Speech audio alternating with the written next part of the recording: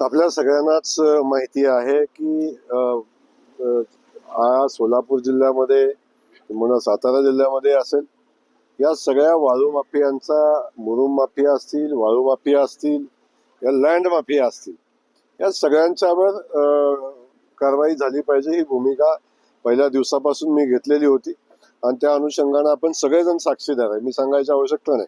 अनेक विरोधक सुद्धा हे मान्य करतात, किंबहुना विरोधकांनी सुद्धा माझ्याकडे फोन केलेले आहेत की आपण थोडस यामध्ये एवढी कडक ऍक्शन घेऊ नका, आपण याच्यामध्ये आता इथून पुढे अशा चुका होणार नाहीत, अशा पद्धतीची भूमिका विरोधकांनी माझ्याकडे घेतलेली होती.